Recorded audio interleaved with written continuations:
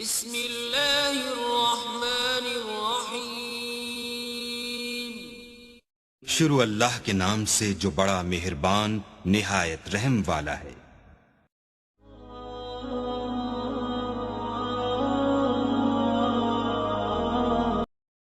نحمدہ ونصلی ونسلم علی رسولہ الکریم، اما بعد۔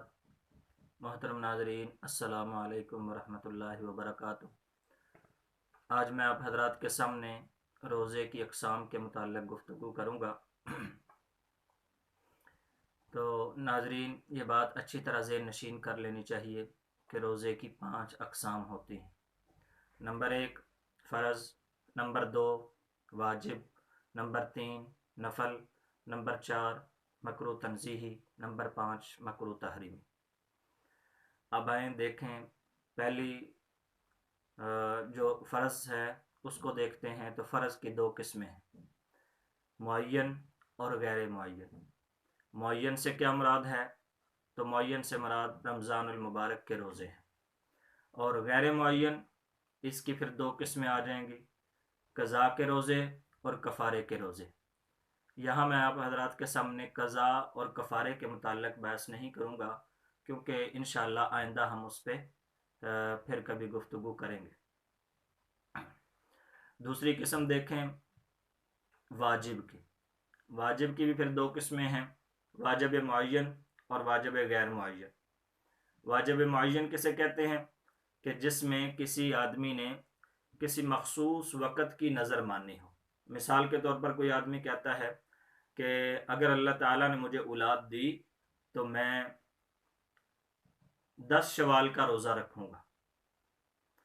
اب دیکھیں، اس نے مخصوص وقت کی نظر مانی کہ یہ اگلے مہینہ، مثال دے رہا ہوں، یہ اگلا مہینہ جو شوال کا آ رہا ہے اس کی 10 تاریخ کا میں روزہ رکھوں گا، یعنی 10 شوال کا۔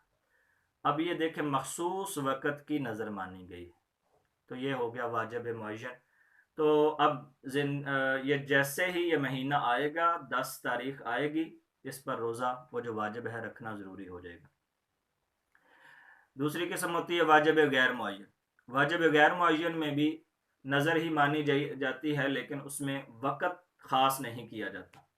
کوئی طالب علم کہتا ہے کہ اگر اللہ تعالیٰ نے مجھے کامیابی سے نوازا، اللہ تعالیٰ نے مجھے میٹرک امتحانات میں پاس کیا، تو میں 10 روزے رکھوں گا۔ اب یہ جو 10 روزے اس نے کہا ہے، تو اس نے کسی قسم کا کوئی وقت متعین نہیں کیا کہ وہ محرم میں رکھے گا، سفر میں رکھے گا، ربیع الاول میں رکھے گا، کس مہینے میں رکھے گا اور کون سے دنوں کے رکھے گا۔ اس نے کچھ بھی اگر طے نہ کیا ہو تو اب اس کو کہتے ہیں واجب غیر معین، کہ جس میں کسی وقت کو متعین نہ کیا ہو اور منت مانی ہو۔ تو اب اس کا ٹائم، تو ساری زندگی اس کے پاس وقت ہے، ٹھیک ہے، جب تک وہ زندہ ہے، تو بہرحال اس پر واجب تو یہ روزہ ہو جائے گا، لیکن وہ متعین کوئی نہیں ہے کہ کس مہینے میں رکھنا ضروری ہے۔ تیسری قسم دیکھیں، وہ ہے نفل کی۔ نفل میں جمعۃ المبارک کا روزہ، اور اسی طرح ایام 20 کے روزے، یعنی ہر ماہ کی 13، 14، 15 کا جو روزے ہوتے ہیں، دن ہوتے ہیں، اس میں لوگ روزہ رکھتے ہیں یہ۔ اور اسی طرح صوم داؤدی، یعنی حضرت داؤد علیہ السلام جس طرح روزہ رکھا کرتے تھے کہ ایک دن روزہ رکھتے اور ایک دن افطار کیا کرتے تھے، تو اس کو کہتے ہیں صوم داؤدی۔ یہ نفل روزوں کی مثالیں ہیں۔ اور نمبر 4 ہے مکروہ تنزیہی۔ مکروہ تنزیہی کسے کہتے ہیں؟ کہ جس کا کرنا گناہ تو نہ ہو، لیکن شریعت نے بہرحال اس پر ناپسندیدگی کا اظہار کیا ہو۔ اس کی مثال کیا ہوگی؟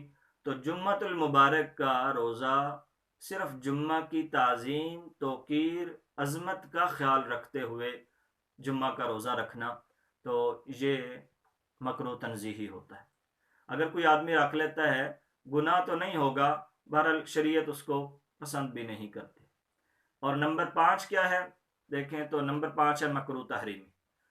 مکروہ تحریمی، یہ 5 دن ایسے ہوتے ہیں کہ جس میں روزے رکھنا گناہ ہوتا ہے۔ سال بھر آپ روزے رکھیں ان 5 دنوں کے علاوہ تو وہ گناہ نہیں ہوگا، لیکن یہ 5 دن جو میں ابھی آپ کو بتاؤں گا ان میں روزہ رکھنا گناہ ہے۔ وہ کون سے دن ہیں؟